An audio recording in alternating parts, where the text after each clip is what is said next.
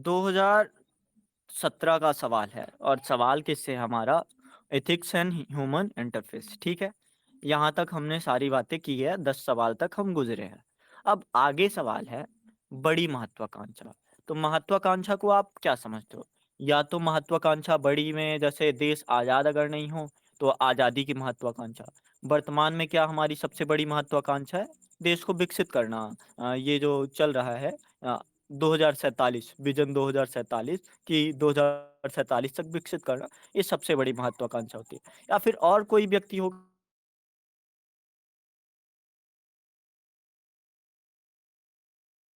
के लिए आंदोलन चला रहा होगा कि हाँ, ऐसी बातें करूँगा अगर तो एक बेहतर समाज बनेगा।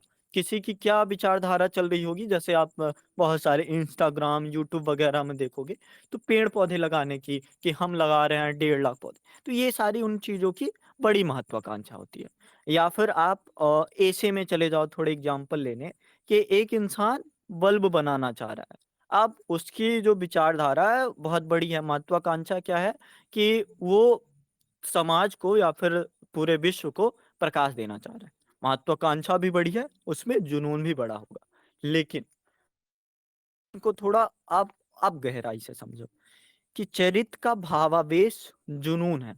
मतलब एक तरह से कल हमने सीखा था ना कि इंसान में किस तरह से एक सभ्य समाज बनाने के लिए उसके अंदर आचरणों को नियंत्रित करना पड़ता है या फिर उसकी जो आदतें हैं, व्यवहार है, उन सारी चीज़ों को नियंत्रित करना पड़ता है। तो अब इसमें एक आदत दिया है या फिर एक मूल्य गुण जो भी है, चरित्र में जुनून। तो महान चरित्र का भावावेश है। उस जुनून को यहाँ पे थोड़ा हमें समझना पड़ेगा। जो इससे संपन्न है, वे या तो बहुत अच्छे, अब बहुत अच्छे में आपके दिमाग में तुरंत तैर जाना चाहिए कि गांधी जी ले लो, स्वामी विवेकानंद ले लो, शिकागो में उन्होंने क्या किया, फिर अंबेडकर जी ले लो आप। मतलब जिन्होंने बड़े-बड़े काम किए, जो काम वास्तव में टेढ़ी खीर जैसे थे, ठीक है? दूसरा पॉइंट क्या बोल रहा है? अथवा बहुत बुरे कार्य कर सकते हैं। मतलब आप ये भी सुना होगा आपने, एक अकेला इंसान अगर चाहे तो क्या कुछ नहीं कर सकता। और जो बड़ा चरित्र का इंसान है, मैं सिर्फ़ इसको पॉज़िटिव नेगेटिव में नहीं देखूँगा। सामने वाले में अगर बहुत ज़्यादा नकारात्मकता भरी है, तो वो नकारात्मकता के लिए उसके अंदर सकारात्मकता का एक जुनून होगा ही। वो जुनून इसलिए होगा कि मुझे करना ही है। मकसद हो या फिर आतंकवाद हो, नक्सलवाद हो या फिर रूढ़ियाँ हों, किसी भी तरह की चीज़ें हों, जो उसके हिसाब से लगता है कि हाँ, अगर ये मैं कर लूँगा, तो मेरा जन्म सिद्ध हो जाएगा। जैसे बहुत लोगों का रुपए कमाना होता है, जैसे हालाँकि वैसे तो नाम नहीं लेते, पर लेना चाहे तो ले सकते हैं, नीरव मोदी वगैरह या फिर जो विजय माल्या वगैरह, इनका मकसद दूसरा होता है। तो वो भी महत्वाकांक्षा तो विशेष ले ही रखे होते हैं। तो ये चीज़ समझ आती है कि अगर वो अच्छा करना चाहे, तो हाँ, अच्छा तो कर सकता है और उससे समाज का फ़ायदा हो। लेकिन अगर उसकी महत्वाकांक्षा बहुत बुरे कार्य में आ जाती है तो कैसी होती है? इसको क्वेश्चन अभी तो नहीं है, पर थोड़ा सोच के रखना क्योंकि शायद हो सकता है डिमांड बनने। आगे का सवाल है, ये सब कुछ उन सिद्धांतों पर आधारित है जिनसे वो निर्देशित होते हैं। अब आ गया पॉइंट में कि अगर अच्छा इंसान होगा की महत्वाकांक्षा किससे निर्देशित होगी? जिस सिद्धांत से वो प्रेरित है। जैसे मान लो उपयोगितावाद के सिद्धांत से प्रेरित है, जैसे समरसता के सिद्धांत से प्रेरित है, अभेदवाद से प्रेरित है, या फिर आनंदवाद से प्रेरित है या फिर बहुत सारे सिद्धांत होते हैं, सत्यनिष्ठा से प्रेरित है, ईमानदारी हो गया या फिर जो कुछ भी हो गया। तो इंसान के अच्छे-बुरे काम कहाँ से निर्देशित होते हैं? जिस सिद्धांत से वो प्रेरित है। अगर बुरे में देखो को भेदभाव दिखता है, जिसको लगता है कि यह मेरा है, यह तुम्हारा है, ये वाली उसकी जो विचारधारा होती है। जिसकी विचारधारा हालाँकि वैसे तो नहीं कहता, पर व्यक्तिवादी विचारधारा भी अक्सर ऐसी ही होती है कि हमारा भला हो जाए, जग की बाद में देखी जाएगी। अपना पेट भरे, बाकी लोग भाड़ में जाएँ। तो ये वाली अगर सिद्धांत से वो प्रेरित है, हालाँकि और बहुत से सिद्धांत होते हैं, भेदवाद हो गया, जिसमें आप भेदभाव करते हो या फिर अ, विविधता वाली बात, जैसे हमारा जो संविधान है, तो विविधता में एकता या फिर हमारा पूरा भारतीय समाज विविधता में एकता की बात करता है।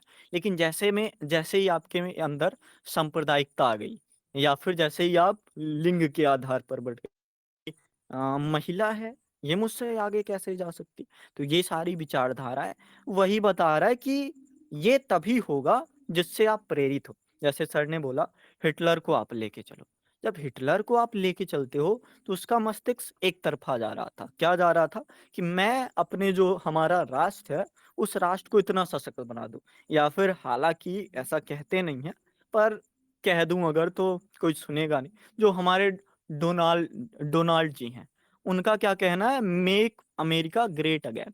आप आप एक राष्ट्र को बेहतर बनाने के चक्कर में बाकी राष्ट्रों पर इतना टैरिफ लगाओगे क्यों? क्योंकि आपके ऊपर वो थोड़े से निर्भर हैं, इसलिए। तो ये सारी चीज़ें समझ आती हैं कि आप किस सिद्धांत से प्रेरित हो। आप इस सिद्धांत से प्रेरित हो कि स्वहित में आप चीज़ें करोगे या फिर आप इस सिद्धांत से प्रेरित हो कि पर्यावरण भी ज़रूरी है, लोगों के लिए परोपकार भी ज़रूरी है। तो वही चीज़ हमें समझ आती है। अब सिर्फ़ अभी हमने कुछ बात नहीं की, हम सिर्फ़ प्रश्न को समझ रहे थे कि प्रश्न के जो या हैं, कहाँ-कहाँ से रिलेट कर रहे हैं। ठीक है? आप बताओ कोई अगर डाउट वग़ैरह हो तो? प्रश्न समझ आया या नहीं समझ आया? फिर उसके बाद हम शुरू करते हैं।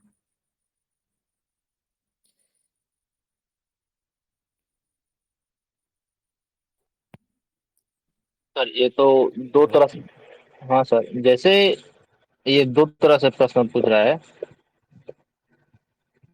हुँ। मतलब देखो 2 तरह से प्रश्न पूछ रहा हाँ है, तो इसको डील कैसे करना है? ये सर, जब ये सुनो, सुनिए थोड़ा। ये पहला टॉपिक तो है ही, पर ये 5वें टॉपिक से भी रिलेट कर रहा है, जहाँ पे लोगों के विचार मायने रखते हैं। तो इन विचारों को आपने बहुत से टॉपर की कॉपी देखा होगा, अभी कुछ लोग धर्मेंद्र झाकड़ सर वगैरह की कॉपियाँ भी या फिर उनकी क्लासेस भी देखते होंगे। का तरीका बताता हूँ कि वो कैसे डील करते हैं। वो ये काम करते हैं कि जैसे ही कोई कोट आया, उस कोट को दूसरे किसी विचारों के साथ अगर किसी का भी जैसे एक यही है नेपोलियन बोनापार्ट का, आप अगर वो गांधी जी के कथन से रिलेट कर रहा है, तो वहाँ से वो जोड़ के थोड़ी चीज़ें क्लियर करा देंगे। जैसे अगर बताना हो अहिंसा वाली बात बतानी हो कि अहिंसा से ही आप विश्व का भला कर देते हो, तो वहाँ से वो एक पैराग्राफ या फिर एक पॉइंट बताएँगे। दूसरी चीज़, अगर कोई और पॉइंट समझ आया तो वो वैसा करते हैं और लास्ट में कंक्लूज़न दे दिया सॉलिड सा। तो एक तरीका तो ये हो गया। दूसरा तरीका जो हमें मदद करेगा, क्यों मदद करेगा? क्योंकि हमने तो 7-8 साल पढ़ा नहीं है, हमने तो 6 अटेम्प्ट दिया नहीं है, तो अब हमारे पास इतना नॉलेज तो है नहीं। होगा भी तो हर बार तो नहीं आएगा कि बोनापार्ट ने बोल दिया तो है हमारे पास, लेकिन अगर अरस्तू बोलेंगे तो क्या होगा? तो नहीं होगा, इसलिए हम थोड़ा एडजस्टिव मोड में चलते हैं। कैसे एडजस्टिव मोड में? जैसे आप समझो, आप पार्ट-पार्ट में कर लो, जैसे आप कह रहे हो कि 2 पार्ट में है, तरफ तरफ खराब सिद्धांत जिनसे हम निर्देशित होते हैं और दूसरी तरफ अच्छे सिद्धांत जिनसे हम निर्देशित होते हैं। अब आप थोड़ा-सा सोच के देखो कि इसमें पूछ रहा है समाज व उदाहरण देते हुए उन शासकों का उल्लेख कीजिए। ये हमारे लिए काम सरल कर रहा है, पर आगे सरल नहीं होगा। अब जो होता है केवल स्टेटमेंट होता है, फिर आप उनको करो। 17 वगैरह में ये चीज़ें कर रहा है, आगे भी कर सकता है, यूपीएससी का मूड है, जैसा करना चाहे। तो क्या करना है हमें? उदाहरण देते हुए उन शासकों का उल्लेख कीजिए, जिन्होंने समाज व देश का अहित किया है। तो बताओ पहला पॉइंट, अहित वाले शासकों का नाम बताओ। जो भी आपके दिमाग में आए बताओ उनका नाम कि जिन्होंने काम तो बड़ा किया है। जैसे एक मैं नाम बताता हूँ, माओ ज़ेडुंग का नाम शायद नाम गलत बोल गया, जो भी है। चीन के जो हैं माओ ज़ेडुंग या फिर जो भी हैं, तो उन्होंने क्या किया कि चीन में लगभग थोड़ा-सा अकाल पड़ा या फिर वैसी स्थिति आई कि खाने के लिए लोगों को हो नहीं रहा। अब उन्होंने क्या किया कि बोल दिया, आदेश दे दिया कि जितनी गौरैया हैं उनको तब तक मारो जब तक लास्ट गौरैया खत्म ना हो जाए। तो सारी चीज़ें कर दी गई। अब आपने तो अपने हिसाब से तो बहुत बढ़िया चीज़ किया और लोगों में जुनून भी पैदा कर दिया। ऐसा जुनून हिटलर भी पैदा करता था, ऐसा जुनून और भी जितने शासक लोग होते हैं ना, चाहे वो सिकंदर हो या फिर और कोई हो, वो जुनून ही पैदा करते हैं। और यही जो जुनून है, वो बड़े काम को बहुत आसान कर देता। तो फिर उन्होंने सारी गौरई, आप समझ सकते हो कि किसी देश से पूरी गौरैयाओं को खत्म करना आसान नहीं है। तो एक पॉइंट आप ये सोच सकते हो कि एक हाँ सर, शासक ऐसा था जिसने ये काम किया। मैं मैं और एक बता देता हूँ। सिर्फ पॉइंट रखना। मोहम्मद बिन, हाँ सर, मोहम्मद बिन तुगलक सर। सर उनकी बहुत क्या बड़ी किया उसने? सर बड़ी सर महत्वाकांक्षा थी। तो पूरे भारत को तो शासन की राजधानी हस्तांतरण किया, परंतु वह निर्णय समाज में अराजकता फैला। और सर उनकी मतलब कहने का मतलब है कि उनकी निर्णय ने समाज में अराजकता फैलाने का प्रयास किया है। उनकी ओके। उनकी महत्वाकांक्षा थी जो सर सही आधारित पर सही नहीं थी सर। समाज को वो समाज पर अहित थी सर। उतना डिटेल नहीं याद है। मतलब उसको पागल राजा बोला जाता था कि ऐसा राजा ना तो ये जनता के लिए सही है और ना जनता इसके लिए सही है, ऐसा कहा जाए। ठीक है। और अगर वो भी है तो फिर औरंगजेब रिलेट करता है, मतलब अगर मुगल काल से बताना चाहो तो औरंगजेब या फिर एमबीटी को बता सकते हो। ठीक है। और कोई राजा आपको याद आ रहा है?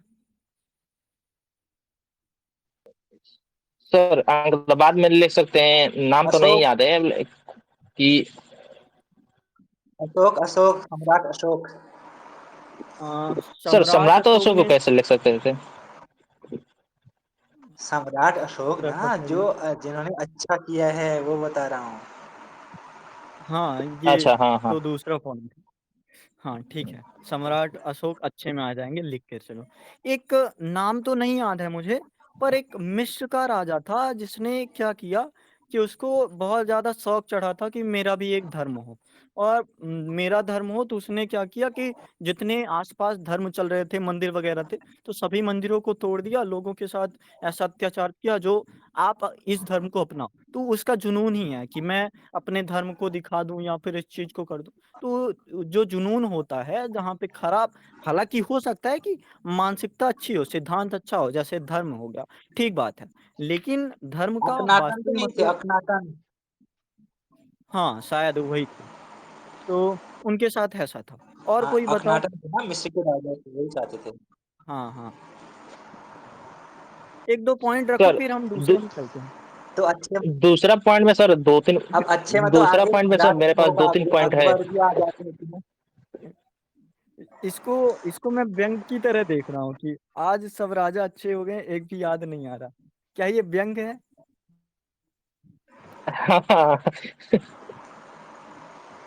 ठीक है, तो अब बुरे राजा में बता और सकते हो बुरे कि में आ जाते हैं, बुरे में आ जाते हैं औरंगजेब, बुरे में आ जाते हैं औरंगजेब, हिटलर, ये लोग आ जाते हैं।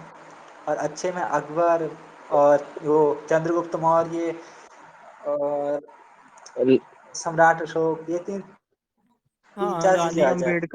गांधी और इतने अम्बेडकर को ज्यादा भी याद हम है। देख सकते हैं, आम, क्योंकि और सर यूपीएस। अब्राहम लिंकन को, राजा Ram Mohan Roy sir, Abraham Lincoln sir, बहुत सुनो एग्जाम्पल हो सकते हैं।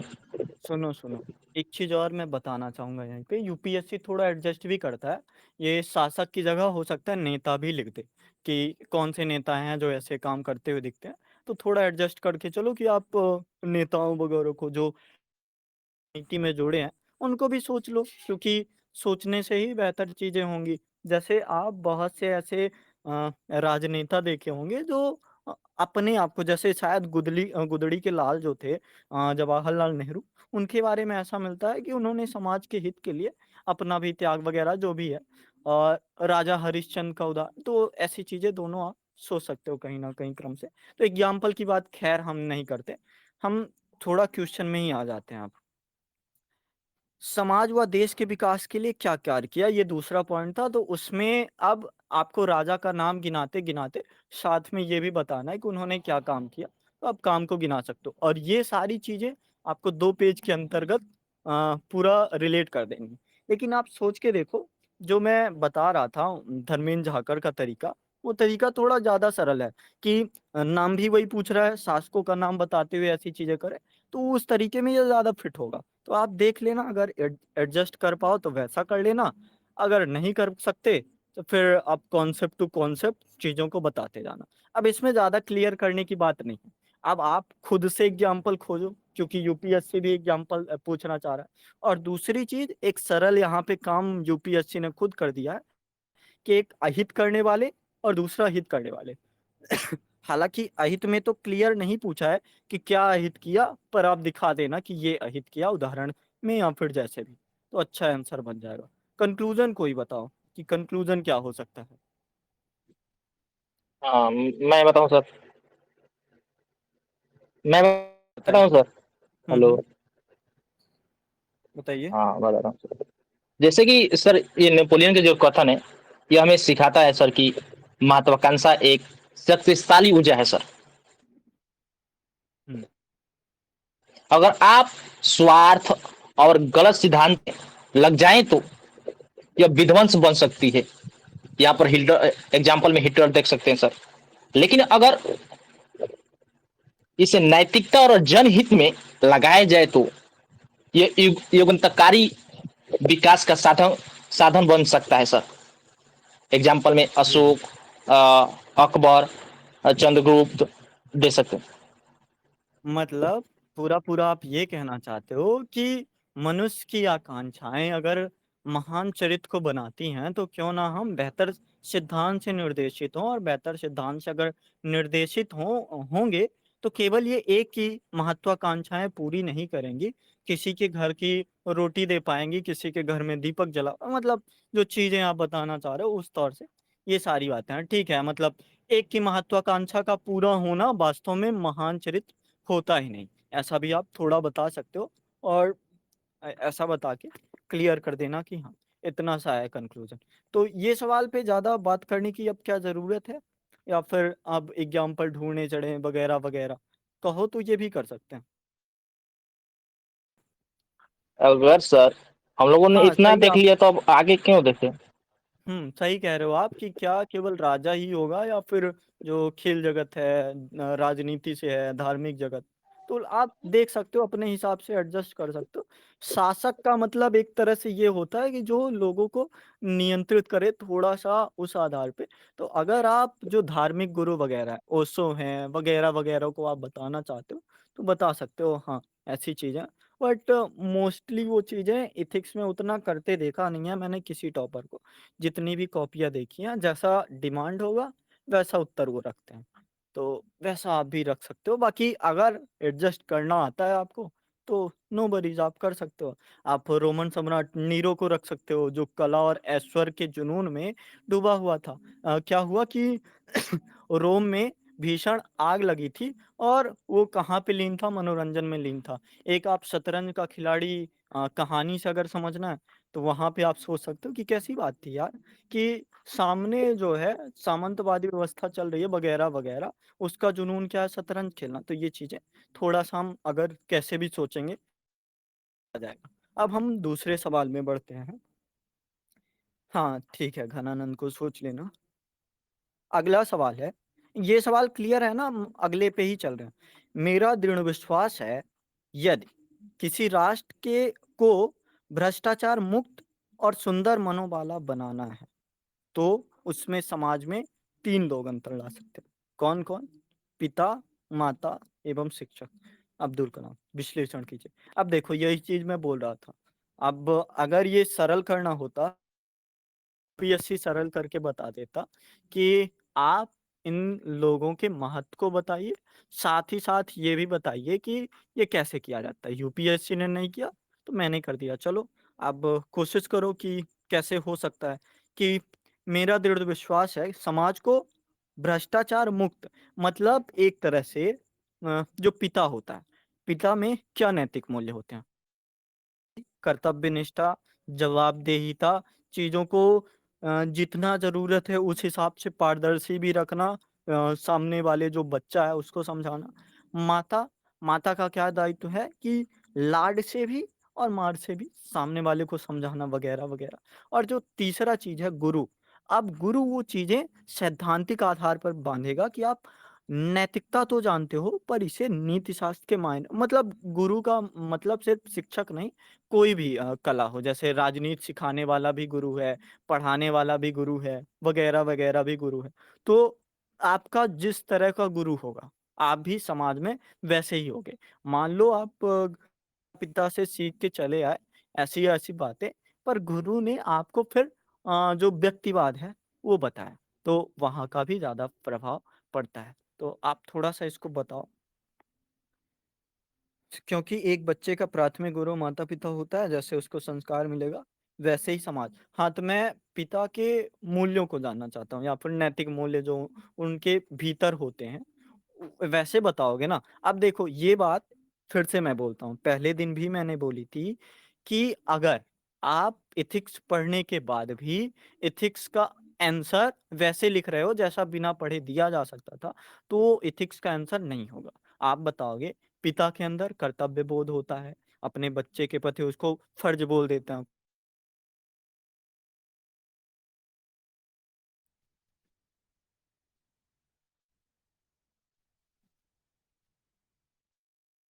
बच्चा अगर बड़ा हो गया, तो भ्रष्टाचार के लिए उसके पीछे भय तो होना चाहिए, तो भय कौन लाता है? तो आपको कॉन्सेप्ट बताने होंगे कि पिता में कौन-कौन से मूल्य होते हैं, माता में कौन-कौन से मूल्य होते हैं, जो बच्चे को क्या-क्या लिखा है? अ भ्रष्टाचार मुक्त और सुंदर मनोवाला। तो सुंदर मनोवाला मतलब एक तरह से लोगों का भला, करुणा, सहानुभूति, समानुभूति वगैरह-वगैरह जो हैं, तो माता से लक्षण आते हैं। मतलब ऐसा माना जाता है, वात्सल्य हो गया, ममता हो गया, करुणा हो गया, ये सारी बातें वहाँ से आती हैं। और गुरु क्या है? गुरु के लिए एक शब्द आता है, वो क्या बोलते हैं उसको, दोहा वगैरह, गुरु कुम्हार शिष्य कुंभे, गड़गड़ मारे चोट, अंदर हाथ सहार दे, बाहर मारे चोट। तो वो अंदर से हाथ सहारता है, सहारा देता है कि आपको इस तरह का ढाँचा बनाना है, और जो बाहर है, बाहर से उसको गढ़ता रहता है। वही चीज़ आपको देखनी है कि एक बच्चे का आकार तो बन गया, मतलब जैसे बेहतर-बेहतर ही चीज़ बन गई कि माँ ने सिखाया, पिता ने सिखाया, बेहतर-बेहतर चीज़ बन गई। लेकिन वर्तमान समय में ज़्यादा बेहतर होना भी वास्तव में बेहतर नहीं है। क्यों? क्योंकि आपके सामने बहुत लोग मिलेंगे, बहुत सारे लोग दिखेंगे, तो वहाँ पे आपको थोड़ा-सा कड़ापन, रूखापना या फिर स्ट्रिक्ट बोलते हैं या फिर जैसे पैनी निगाहों वाला, तो वैसा रहना पड़ेगा। तो आप बताओ क्या-क्या वैल्यूज़ होते हैं इन तीनों में और कैसे ये स्वच्छ मन का मतलब सुंदर मन का और भ्रष्टाचार मुक्त बना सकते हैं? हाँ सर, मैं बताऊँ? हेलो, हुँ। हुँ, हुँ। आवाज़ आ रही है सर? मैं बताता हूँ। और सर आ रही है। पिता में सर देखिए, तो पिता में सबसे पहला सर पिता के आधार पर सर देखते हो कर्तव्य होता है मूल्य। दूसरा तो परिश्रम होता है सर, अनुशासन होता है सर, हुँ, और सर ये सब मूल्य, ये प्रथम मूल्य हैं सर। और सर माता में सर देखिए सहानुभूति होती है सर, संवेदना होता है, करुणा होता है सर, प्रेम होता है। हुँ, बहुत बढ़िया। एग्जाम्पल का सर देखें तो शिवाजी महाराज की जो माता थी जीजाबाई, उन्होंने देश प्रेम और वीरता की बीज बोया, जिससे ने शिवाजी ने बड़े होकर पूरे पूरे यार, और सर हुँ, ठीक शिक्षा है, के आधार आगे पर सर, बढ़ो। तो शिक्षा के आधार पर सर होता है, ईमानदारी होता है सर, नैतिकता चाणक्य होता है सुनोगे सर, क्या? कर्तव्य चाणक्य बोध सुन है सर। हाँ, हुँ, हाँ sir, for example Chanakya, Chandragupta rally नहीं सिखाई, बल्कि न्यायप्रियता भी सिखाया, नेतृत्व की दृष्टि भी दिया कि कैसे उससे नेतृत्व में पूरे शासन, कैसे शासन पूरे धनानंद को पूरे विध्वस्त कर दिया, पूरे भारतवर्ष पर शासन किया। हाँ, पर आप ऐसे मोड में मत चले जाया करो, थोड़ा-सा आप एथिक्स में ही रहो, बस पॉइंट बताओ, आगे बढ़ जाओ। तो यही सारी चीज़ें। अब आप जैसे सत्यनिष्ठा, ईमानदारी, कर्तव्यनिष्ठा उनमें गुण होता है। तो एक तरह से अब थोड़ा-सा ये भी आधार रखो कि जो भ्रष्टाचारी लोग होते हैं या फिर राष्ट्र में जो भ्रष्टाचार होता है, वो किस कारण होता है? तो एक चीज़ उसमें और आती है, यूपीएससी ने शायद जीएस 2 में पूछा था सुशासन में, गवर्नेंस में या फिर शायद जीएस 4 में ही पूछा था, प्रश्न से ही समझते हैं। सवाल ये था कि भ्रष्टाचार वास्तव भ्रष्टाचार वास्तव में इस तरीके से होता है कि एक भ्रष्टाचार करता है और दूसरा भ्रष्टाचार करवाता है। दोनों का हाथ 50-50 ही होता है। तो जब भ्रष्टाचार की बात आ ही रही है, तो आप एक पॉइंट ऐसा क्यों नहीं बताते कि सामने वाला खुद भी नहीं करेगा और तुम्हें भी नहीं करने देगा? तो ये चाहे आप पिता के लक्षण देख लो या फिर गुरु के लक्षण देख लो कि वो भी परिश्रम करेगा साथ में। और जैसे आपने लिख भी रखा है, तो उस चीज़ को हम थोड़ा-सा देखते हैं कि भ्रष्टाचार अगर आता है राष्ट्र में तो कहाँ-कहाँ से आता है और कहाँ-कहाँ से आता है, एक पॉइंट रख लिया। और दूसरा 3 जो हमारे उसको रामबाण बोल लो या फिर जो भी बोलना चाहो, तो क्या 3 में ऐसे गुण हैं या फिर ऐसे लक्षण हैं जो हमें सिखा पाएँगे कि इन चीज़ों से निकला जाता है। तो कुछ चीज़ें अगर नेगेटिव पर्सपेक्टिव में रखनी हो, तो हालाँकि क्वेश्चन में बनेगा नहीं, पर सोच के देखना कि अगर एक गुरु खराब हो गया, तो क्या वहाँ पे भ्रष्टाचार का उपजना और सरल हो जाता है? एक माँ अगर खराब हो गई, तो क्या वहाँ पे सुंदर मन का होना और ज़्यादा सरल हो जाता है? या फिर एक पिता अगर अपनी जवाबदेहिता नहीं निभा पाया, तो वहाँ पे जो भ्रष्टाचारिता है या फिर जैसे भ्रष्टाचार सिर्फ राष्ट्र में भ्रष्टाचार नहीं, उसको कैसे भी समझ सकते हो कि जिस भी तरीके से, क्या वो और आसान हो जाता है? तो अगर अंबेडकर जी बात कह रहे हैं कि 3 चीज़ें काम कारगर करेंगी, तो क्या इसके अलावा भी कुछ चीज़ें कारगर नहीं कर सकती? कि आप पारदर्शिता रखो, विधियाँ रखो। तो फिर एक यूपीएससी का और सवाल आता है। देखो ये लग रहा होगा कि मैं कहानी बनाने की कोशिश कर रहा हूँ, पर आप को मैं सवाल ही बता रहा हूँ। एक यूपीएससी का और सवाल आता है कि अगर सामने पारदर्शिता है भी, तो भी आप उतने सत्यनिष्ठ या फिर उतने प्रोबिटीदार नहीं होगे कि हाँ, मुझे चीज़ें बेहतर करनी है। लेकिन अगर आप भीतर से होगे, जैसे गांधी जी का कथन आता है, इस पे शायद यूपीएससी ने क्वेश्चन भी पूछ रखा है कि गांधी जी की नैतिकता वही है कि जो भीतर से नैतिक हो। तो वो चीज़ें आप समझ सकते हो कि भीतर से वो नैतिक करने का, बाकी जो बाहरी काम है कि भ्रष्टाचार रोकने के लिए हमारे पास ऐसे-ऐसे अधिनियम हैं, ऐसे-ऐसे संचालन है वगैरह-वगैरह, सुंदर मन बनाने के लिए हमारे किताबों में ऐसी-ऐसी बातें। तो वहाँ से बनता है या फिर ज़्यादा इन 3 चीज़ों से बनता है? तो वो भी आपको थोड़ा एडजस्ट करना पड़ेगा वही 150 शब्दों में। कुपुत्र कहा जाता है, तो इसको आप कैसे लेते हो कि क्या वास्तव में पिता का जो मूल गुण होता है, पिता सामने क्यों माना जाता है? क्योंकि उसने अपना मूल गुण निभाया। तो क्या जो मूल गुण था वो कमज़ोर हो गया या माँ का या गुरु का, जो भी चीज़ है, तो इस कारण ऐसा चीज़ होता है। तो समझ पाए आप लोग टॉपिक क्या था?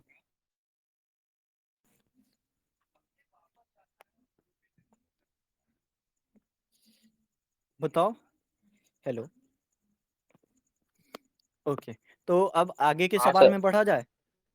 ये वाला देखो, सवाल मैं आप पे क्यों छोड़ रहा हूँ क्योंकि आप थोड़ा-सा हाँ एक बार तीनों चीज़ें आप में समान मिल जाएँगी। जैसे मान लो कि एक वर्तमान समय में चल रहा है कि जो नेतृत्व करता होगा, वो वास्तव में खुद अग्रसर होगा। तो उसको गुरु मान लो कि जो गुरु होगा, उसमें जो थकान है वगैरह-वगैरह चीज़ें, उसको खुद एक्टिव होना चाहिए। जैसे अगर क्रिकेट वगैरह देखते होगे, तो ऐसा कहा जाता है कि लीड फ्रॉम द फ्रंट।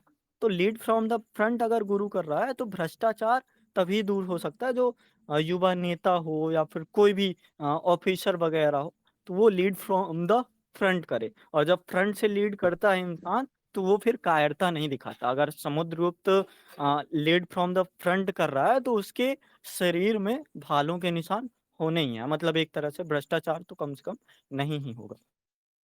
सारी चीज़ें आप जितना भी जोड़ पाओ और जो मैं बोल रहा हूँ ना छोटे-छोटे phrase lead from the front या फिर आप जो भी टर्मिनोलॉजी समझ रहे हो, ये आपका 150 नंबर 150 शब्दों का क्वेश्चन बनाने में बहुत ज़्यादा हेल्प करेंगे कि आपने लीड फ्रॉम द फ्रंट बता दिया, वो समझा देता है कि जो नेतृत्व कर एक होता है नेतृत्वकर्ता और अक्सर साहित्य हालाँकि छोड़ो मैं फिर साहित्य में चला जाऊँगा तो ज़्यादा दिक्कत होगी। ख़ैर, अब अगले सवाल में आते हैं। शिक्षक ज्ञान और सोच को आकार दे हाँ, वही बात है कि अभी हमने पिछला क्वेश्चन किया था, पिछले क्वेश्चन से समझो एक बार। पिछला क्वेश्चन किया था कि बड़ी महत्वाकांक्षा महान चरित्र का भावावेश जुनून है और लास्ट में देखो क्या लिखा है कि ये सब कुछ उन सिद्धांतों पर आधारित है, जिनसे वो निर्देशित होते हैं। अब कहाँ से निर्देशित होते हैं? माता से, गुरु से, पिता से, वगैरह-वगैरह से। तो वहीं से वो सिद्धांत आएँगे। तो जैसे आपने बोला ना कि शिक्षक ज्ञान और सोच को आकार देता है, तो ये निर्देशित कर रहा है। तो अब अच्छा बनेगा, इन चीज़ों से बनेगा। अगर बुरा बनेगा बनेगा, तो मतलब ये चीज़ें उसमें नहीं। तो ये समझ आता है, ठीक है। तो इतनी सारी बातें थी इसमें और भी सोचा जा सकता है, पर वो मैं आप पे छोड़ रहा हूँ कि आप कल लिखना इस पे आंसर। खैर, अब अगले सवाल पे आते हैं। वर्तमान समय में नैतिक सर मूल्यों हाँ, बताओ? हाँ सर। कोई नहीं डाउट? सर, ये दिक्कत हो रही है सर कि मैं अगर इसको सर जीएस के आधार पर लिख देता हूँ, उतना इसमें समझ नहीं है कि इसमें लिख कैसे, वो सर अच्छे समझ में नहीं आता है। आंसर देखता हूँ देखो, लेकिन उस अभी आधार पर तक लिख नहीं मैंने पाता हूँ सर। सुनो, सुनो, पॉइंट इसमें दे देता हूँ। सुनो, सुनो। अभी तक मैंने जीएस-4 में आपकी सिर्फ़ 1 कॉपी देखी है, तो उस आधार में मैं कैसे बता दूँ कि आप पहली बार में ही तय कर गए कि ये चीज़ें होती हैं। आप और लिखो, अभी मैंने 4-5 कॉपियाँ भर रखी हैं, फिर भी बेहतर नहीं होता। जीएस-4 सिर्फ़ जीएस-4 की बात कर रहा हूँ। तो वही चीज़ है कि जब बेहतर और बेहतरीन दोनों में बहुत ज़्यादा गैप नहीं होता, तो उसके लिए सिर्फ़ अभ्यास की ज़रूरत होती है। तो करो, थोड़ा आपको करना पड़ेगा, वो अंतर आने लगेगा। आपके जीएस के भी मैंने ज़्यादा आंसर नहीं देखे हैं, तो कैसे आएगा? पहले जीएस भी सुधारो, जीएस-4 जो है थोड़ा और बेहतर है, तो उसको भी आप सुधार ही लोगे। तो लिखो, इसका उपाय सिर्फ़ एक ही है, जितना लिखोगे उतना बेहतर। खैर, अगला सवाल है, वर्तमान समय में नैतिक मूल्यों का संकट सद्जीवन की संकीर्ण धारणा से जुड़ा हुआ है। इसको आप समझ पा रहे हो? सद्जीवन की संकीर्ण धारणा से, मतलब अंग्रेजी में समझो, हाँ सर। द क्राइ The हाँ crisis sir. of ethical values in modern time is traced to a narrow preparation of the good life. क्या समझे इससे?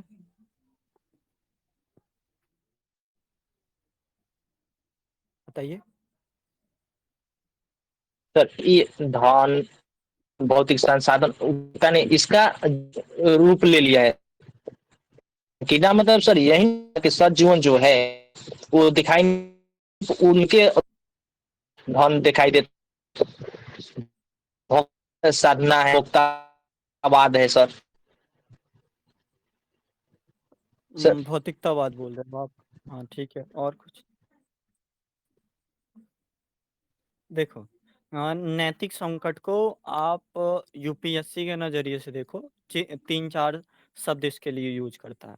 नैतिक दुविधा कभी-कभी बोल देगा, दुविधा भी बोल सकता है केवल, या फिर जो असमंजस की स्थिति, हालाँकि ऐसे शब्द यूज़ नहीं करता, पर नैतिक संकट, या फिर अगर उसका मन होगा तो केवल इंग्लिश में भी दे देगा, मोरल क्राइसिस। मोरल क्राइसिस मतलब आप समझो कि जब 2 चीज़ों में टकराव होता है, या फिर वैसी स्थिति पैदा होती है। कब पैदा होती हैं?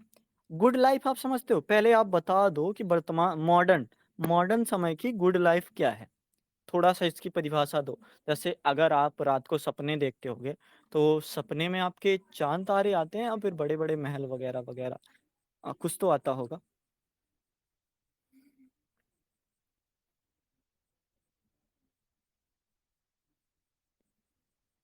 अपने आधार पर बताऊं तो वैसे तो, लेकिन सपने सच नहीं होते तो मैं सपने को यथार्थ नहीं लेता सर, क्योंकि सपने ठीक मैं है, कल्पना, छोड़ो, छोड़ो, तो छोड़ो। वो ये तरह होने चाहिए, ये आपके लिए क्योंकि प्रश्न मैं सोचता ही नहीं।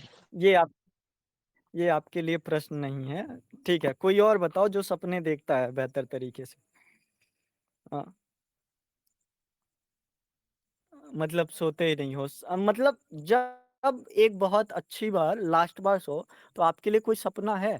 कोई आदर्श नौकरी, यूपीएससी बोल लो, या फिर कुछ तो गुड लाइफ आप समझते होगे कि सब सुखी हों, शांत हो बिल्कुल वातावरण, प्रकृति अच्छी हो। ऐसे मतलब मैं बड़े-बड़े विचार देता हूँ। दूसरी बात कि घर हो, गाड़ी हो, बंगला हो, बढ़िया से जीवन निर्वाह हो। तो ये सारी चीज़ें गुड लाइफ के अंतर्गत कुछ तो ऐसा आता होगा ना? पहले गुड लाइफ समझेंगे तब ना हम बताएँगे कि मोरल क्राइसिस से वो आ रहा है या फिर नहीं हो पा रहा है। जैसे समाज में इज़्ज़त हो, ये भी तो एक गुड लाइफ ही है, कि आप रुपए बहुत कमा लिए पर एक तरह से जैसे आपने सुना होगा कि अमीरों का भी जीवन अच्छा नहीं होता, तो वो कहाँ पे दिक्कत करता है? एक आप बोल रहे हो कि सो नहीं पाते, मतलब सोना भी एक अच्छी लाइफ़ का वास्तव में वो हो सकता है, परिभाषा या फिर पॉइंट हो सकता है। ठीक है।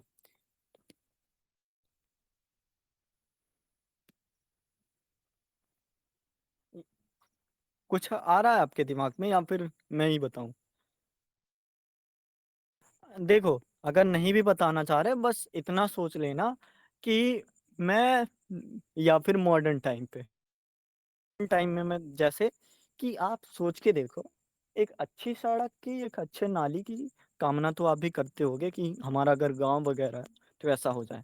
या फिर अगर आप शहरों वगैरह में रहते हो, तो कम से कम ये तो करते होगे कि बाढ़ वगैरह ऐसी ना आए कि तेज़ के तेज़ जिलों में पानी, मतलब कुछ तो सोचते होगे। मैं सिर्फ़ बड़ी-बड़ी बातें बता रहा हूँ।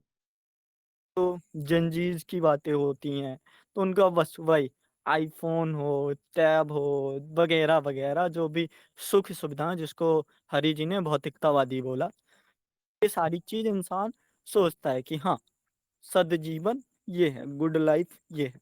पर इसकी अगर नहीं भी बात करें, तो कुछ तो और होता है, जैसे मानवीय गरिमा, कि हर व्यक्ति चाहता है कि सम्मान मिले। थोड़ा इंसान चाहता है कि उसका परिवार भी बेहतर रहे। हालाँकि जो भारत का एक तरह से नज़रिया है वो विश्व बंधुत्व का है, लेकिन अगर देखो तो थोड़ा-सा क्या बोलेंगे उसको, कि एक बेहतर लाइफ़स्टाइल, हाँ, ऐसा बोल सकते हैं कि बेस्ट लाइफ़स्टाइल सोचना ही वर्तमान समय में सद्जीवन है। अब दूसरी बात, ये मोरल क्राइसिस से कैसे टकराता है? सद्जीवन की ये संकीर्ण धारणा से कैसे टकराता है? ज़रा कोई बताओ? आई वांट टू बिकम, हाँ, यही आपके लिए एक अच्छी लाइफ़ होगी। तो ये नैतिक संकट से कैसे टकरा होता है? जैसे आप सोचो, इसी को मैं रखता हूँ, हालाँकि बुरा मत मानना, पर मैं इनको क्लियर करने की बात कर रहा हूँ। आप आप बनना चाहते हो आईएएस वगैरह जो भी है, डीएम वगैरह जो भी बनना चाहते हो। लेकिन डीएम बनना वास्तव में क्या है? सिविल सेवक है। तो क्या सिविल सेवक का जो नैतिक संकट है यहीं पे नहीं आ गया कि उसका जो उत्तरदायित्व होगा, पहली चीज़ तो होती है जवाबदेहिता। दूसरी चीज़ होती है कि आप स्वहित से ज़्यादा परहित की बात सोचो। तो I want become a successful district magistrate, ये बोलने से बेहतर क्या ऐसा नहीं होगा कि करते हैं लोगों का भला? मतलब कुछ तो है, मतलब इतना भी नहीं लड़ रहा है। जैसे आपने ये सक्सेसफुल वर्ड डाल के ना थोड़ा-सा कंट्राडिक्ट मुझे भी कर दिया कि अगर सक्सेसफुल ना होता, तो मतलब सक्सेसफुल का मतलब वही है कि आप लोगों की मदद वगैरह जो चीज़ जैसे हो पाए, वो करना चाहते हो। ठीक है, बढ़िया पॉइंट था। तो वो सक्सेसफुल वर्ड दिक्कत कर रहा था मुझे। बाकी फिर भी आप सोचो कि ये नैतिक संकट से लड़ रहा है, सिद्धांतों से लड़ रहा है वगैरह-वगैरह। तो वो चीज़ें समझ आती हैं कुछ। नैतिक संकट जैसे एक पुलिस अधिकारी को अपने रिश्तेदार पर, बहुत ही बढ़िया, सॉलिड। यही नैतिक संकट है कि मेरी रिश्तेदारी भी बच जाए और जो नैतिक मूल्य हैं कि विधियों पर हमें चलना चाहिए, वो भी सही से। तो वहाँ पे आप थोड़ा-सा, अगर छोटा केस है जिसमें आप कोई दूसरा होता, पहचान का ना होता, तो कोशिश करते कि हाँ, बेहतर तरीके से उस कार्य का क्रियान्वयन हो। लेकिन अगर वो आपका पड़ोसी है वगैरह-वगैरह है, तो उसमें आप थोड़ी-सी एक ऐसी विचारधारा रख सकते हो। मतलब जीवन का परंपरागत चीज़ों से हटकर भौतिक चीज़ों की ओर। देखो, मॉडर्न लाइफ़ का तो हम यही कह सकते हैं, मॉडर्न वर्ड यूपीएससी ने यूज़ किया है ना, तो उसको आप यही समझ सकते हो कि वर्तमान समय में नैतिक मूल्यों का संकट, और अंग्रेजी में समझो तो ज़्यादा क्लियर है कि modern time interest to a narrow perception. अब मॉडर्न टाइम पे और क्या हो सकते हैं नैतिक संकट? एक तो समझ आया। हाँ, ठीक है, आप पॉइंट समझ पाए हो। तो सक्सेसफुल बनने के बीच में भी आपको काफ़ी नैतिक दुविधाएँ या फिर नैतिक संकट का जन्म देखना पड़ेगा। जैसे जब व्यक्तिगत और सामूहिक आचरण केवल सीमित हितों तक बंधा होगा, तो आप वहाँ पे असमानता देखोगे, या फिर जैसे क्या बोलते हैं उसको, यूपीएससी ने एक पॉइंट डाला नहीं था, तीसरा या चौथा नंबर, कि अधिगामी दृष्टिकोण, जिसमें मतलब आप किसी एक इंसान के सामने देखना चाहते हो कि हाँ, ये बेहतर है। तो उसको और ज़्यादा महत्व, जैसे विशेष को और विशेष जब आप बना देते हो तो वो मोरल क्राइसिस के अंतर्गत आ जाता है। या फिर एक करंट का एग्ज़ाम्पल फिर से ले लें, कल वाला। बस चैनल बंद ना हो जाए। नितिन गडकरी वाला एग्ज़ाम्पल आप सोचो। नितिन गडकरी जी ने क्या किया कि वही जो हमारा चल रहा है इथेनॉल 20% वाला, तो एग्ज़ाम्पल बार-बार नहीं बोलते, पर आप सोच के रखो कि हाँ, एक नेता का अपने घर के हित के लिए काम करना, वो भी एक तरह से नैतिक संकट के दायरे में आपको नीचे करेगा। और कुछ पॉइंट सही करने और सुविधा चुनने की, बहुत ही बढ़िया, आप तो सटीक पॉइंट दे रहे हो। और कुछ पॉइंट दो। सही करने और सुविधा चुनने के बीच जो द्वंद्व होता है, वही नैतिक अ, संकट होता है। और आप सोच के देख लो, गुड लाइफ तो वही होगी जो सुविधापूर्ण जीवन। जैसे मान लो कोई मैनेजर वगैरह हो गया, तो मैनेजर क्या करने की कोशिश करता है कि अगर कहीं से भी थोड़े पैसे आ जाएँ, तो फिर कोशिश कर लेता है कि हाँ, बच्चों के पटाखे दिवाली में 1 घंटे ज़्यादा बोल जाएँगे। वही सारी बातें हैं कि अच्छे जीवन और सही जीवन, दोनों के बीच में जो द्वंद्व होता है, उसमें क्राइसिस। कि आप भले पटाखे ना बजाओ, लेकिन ईमानदारी, खून-पसीने की कमाई खाओ। तो ठीक है, गुड पॉइंट।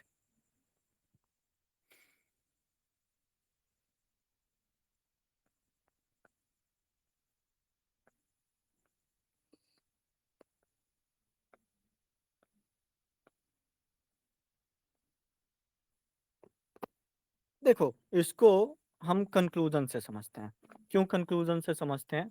वैसे आप अगर कंक्लूज़न में जो-जो चीज़ें बोलूँगा, उनमें से आधी-आधी चीज़ें निकाल दोगे, तो दोनों चीज़ें क्लियर हो जाएँगी। जैसे आधुनिक समय में आप क्या देखते हो? एक नैतिक संकट, आप प्रशासन में अगर हो, वहाँ पे आप चाहोगे कि नैतिक संतुलन बना रहे, पर किसके साथ बना रहे? भौतिकता के साथ बना रहे, कि हम भले मर्सिडीज़ में ना जाएँ, पर कम से कम अल्टो तो हो सकती है। तो ये भी थोड़ा बैलेंसिंग तरह का तरीका आप सोच सकते हो। दूसरा आप क्या सोच सकते हो कि जो हमारी गरिमा हो, वो भी बनी रहे, पर जो वास्तव में, जैसे आप समझो कि कोई शिक्षक है, ठीक है? अब शिक्षक है, वो पूरे मोहल्ले में भी पढ़ाता है और जो स्कूल में जाता है, वहाँ पे भी करता है। लेकिन उसकी उम्र है लगभग 25 साल या 30 साल। अब अगर वो शिक्षक ही बना रह गया, तो वास्तव में वो अपना जीवन तो जी नहीं पाएगा, क्योंकि मोहल्ले में सब सर ही बोलते हैं, तो उतना बेहतर हो नहीं पाता। तो दोनों चीज़ों में संतुलन, कि टीचर हो ठीक है, लेकिन टीचर भी एक लिमिट तक, थोड़ा हँसी-मज़ाक भी ज़रूर है, मतलब एक स्ट्रिक्ट टीचर की बात हो रहा है। वॉइस नहीं आ रहा क्या? नेगेटिव देखो, नेगेटिव नहीं बताना है, बस एक पॉइंट रखना है आपको कि जो ये नैतिक संकट वास्तव में है क्या? नैतिक संकट ही तो नेगेटिव पर्सपेक्टिव ही है। कि संकट आया तो आया कैसे? आपके सत्य जीवन का हालाँकि मैं नहीं कहता कि जो गुड लाइफ़ है, अगर मॉडर्न शब्द इसमें ना होता, तो मैं फिर वहाँ पे बात करता सम्मान। अब सम्मान कैसे आएगा? आप जब कर्तव्यनिष्ठ होगे, तो सम्मान आएगा, बढ़िया बात है। आप जब ईमानदार होगे, सम्मान आएगा। तो ये अगर आपका गुड लाइफ़ है, तो यहाँ पे कहाँ क्राइसिस हुआ? नहीं, दोनों चीज़ों में बैलेंस है। लेकिन आप इसी को थोड़ा मॉडर्न लाइफ पे सोच लो कि सम्मान तो ठीक है, पर थोड़ा आमदनी हो जाती तो क्या ना रहता। तो यहाँ पे फिर मोरल क्राइसिस आ जाएगा।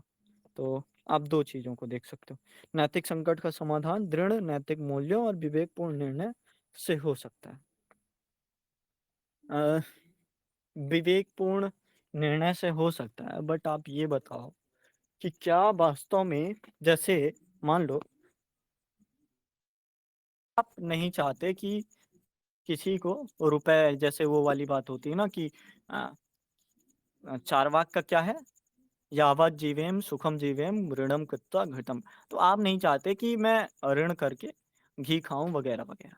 पर आपके अब परिवार भी है, घर बच्चे भी हैं।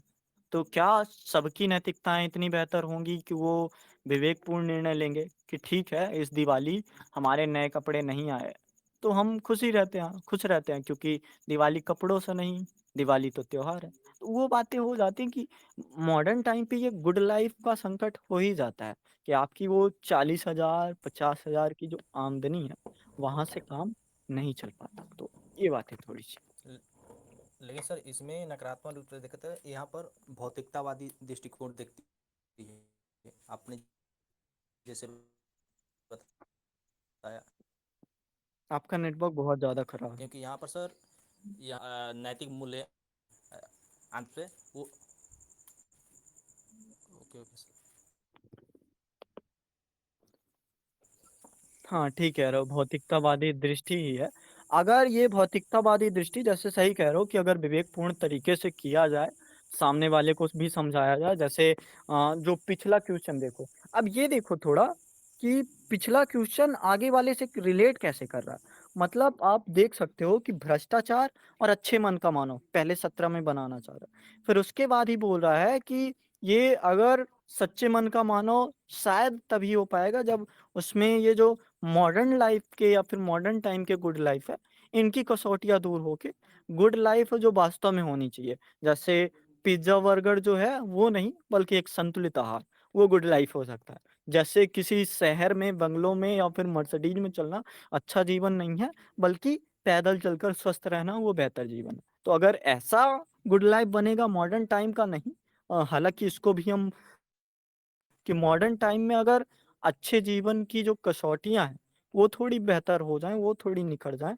तो हम कह सकते हैं कि हाँ, ये जो नैतिक संकट है, मोरल क्राइसिस है, ये इतना ज़्यादा नहीं होने वाला। तो कंक्लूज़न में ऐसा बता सकते हैं। क्वेश्चन 3 का मॉडल आंसर ओनली आईएएस। क्या है कि आधुनिक समय जैसे पहले सबसे पहले परिचय दिया गया, आधुनिक समय में नैतिक मूल्यों के संकट का कारण अच्छे जीवन की संकीर्ण धारणा माना जा सकता। यह धारणा भौतिकवाद, व्यक्तिवाद पर जोर देती है, जिससे ठीक है, ये बात ही कर रहे थे। अ, सबसे पहले आधुनिक समाज भौतिकवाद, उपभोक्तावाद, योगदान वगैरह वगैरह, आम भलाई, अपेक्षा, धन, संपत्ति जमा करना, वही भ्रष्टाचार की बातें कि इंसान वो अच्छा लाइफ इसे समझने लगता है। उदाहरण क्या है? फैशन उद्योग बनाम पर्यावरण उद्योग। तो फैशन को ज़्यादा महत्व दी जाएगी, बल्कि जो पर्यावरण नैतिकता है उसको अकिंचन या गरीब समझा जाएगा। तो ठीक है, बढ़िया पॉइंट है। विश्व के कई देशों के में आय असमानता एक बड़ा मुद्दा बना है। हालाँकि कई व्यक्ति असमानता कम करने वाली आम भलाई को मतलब एक तरह से देखें तो इंसान जैसे लोगों को दूसरे की खेत की घास हरी ही लगती है, तो वैसी वाली बात हो गई कि अच्छा जीवन लोग इसे नहीं समझते कि हमारे पास सर में छत है, खाने को 2 रोटी है। अच्छा जीवन वो इसे समझते हैं कि पड़ोसी हमसे कम अच्छा खाना खा पा रहे हैं। ठीक है, अच्छा पॉइंट है, गुड। आधुनिक समय में नैतिक मूल्यों के संकट को दर्शाने के लिए कुछ उदाहरण जिनसे संयुक्त राज्य अमेरिका में ओपियाइड महामारी दवा उद्योग द्वारा अधिकतम लाभ प्राप्त करने। हाँ, एक चिकित्सा में ये दिख ही जाता है। अच्छे जीवन जीने के लिए आप ऐसे काम करने लगते हो जो नैतिकता के दायरे से बहुत नीचे नीचे चले जाते हैं। और क्या वास्तव में वो अच्छा जीवन सिर्फ जैसे शुरू में लिखा भी है कि व्यक्तिवाद के लिए हो पाता है या फिर भौतिकवाद के लिए हो पाता है। तो वो उपयोगितावाद अगर उसमें कम होगा तो फिर कह सकते हैं आप भ्रष्टाचार बढ़ेगा, चीजें बिगड़ेंगी वगैरह वगैरह। ठीक है, अच्छे पॉइंट दे रहे हैं। श्रम का उपयोग विकसित देशों में विकसित देशों में उपभोक्ताओं द्वारा सस्ते सामानों की मांग ने विकासशील देशों में बाल श्रम से बने मतलब जो बाल श्रम होता है थोड़ा सस्ता होता है, लेकिन यहाँ पे एक जो नैतिक संकट आ गया कि आप वास्तव में कम रुपए देने के लिए सस्ता श्रम रखने के लिए आप बच्चों से मजदूरी करा रहे हो। तो यहाँ पे बच्चों की मजदूरी बैन हो या ना बैन हो, पर एक तरह से इसको देखा जा सकता है। या फिर आप भोपाल गैस त्रासदी को देख लो कि एक शायद जर्मनी का था या फिर जहाँ का भी था। तो उस त्रासदी में आप देख सकते हो कि सस्ते लेबर और उसमें जितने भी कारण थे कि समय के जितने होने चाहिए उसके आधे वर्कर रखना, क्योंकि वो बस ऐसे ही चल रहा था। अपने देश से भारत में इसलिए ला देना क्योंकि यहाँ पे सस्ता समय। तो ये वगैरह वगैरह चीजें नैतिक संकट को ही और जो वाली चीज़ें हैं कि आप पर्यावरण को नहीं देख रहे हो, लोगों के जीवन को नहीं देख रहे हो, मानवाधिकार को नहीं देख रहे हो, सिर्फ़ अपने भौतिकतावाद के बारे में सोच रहे हो। और वो भौतिकतावाद एक समाज का भी हो सकता है कि जैसे आप सोचो कि खाप पंचायत का लेके चलो। खाप पंचायत क्या निर्णय देता है? वो एक समाज के नज़रिए से निर्णय देता है। पर क्या उसका वो एक समाज का अच्छा जीवन बनाना वास्तव में महिलाओं को दबाकर या फिर उनके साथ गलत बर्ताव कर कर वो बनाना क्या उतनी बेहतर बात होगी? तो समझ आता है नहीं। तो ये सारे पॉइंट थे। अब बस करते हैं। आवाज़ आ रही थी ना अभी तक या फिर नहीं आ रही थी? ठीक है। तो आज का पॉइंट सारे पॉइंट क्लियर हैं? कोई दिक्कत?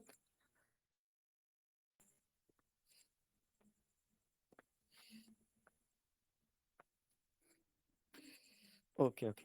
ठीक है, अब चलते हैं।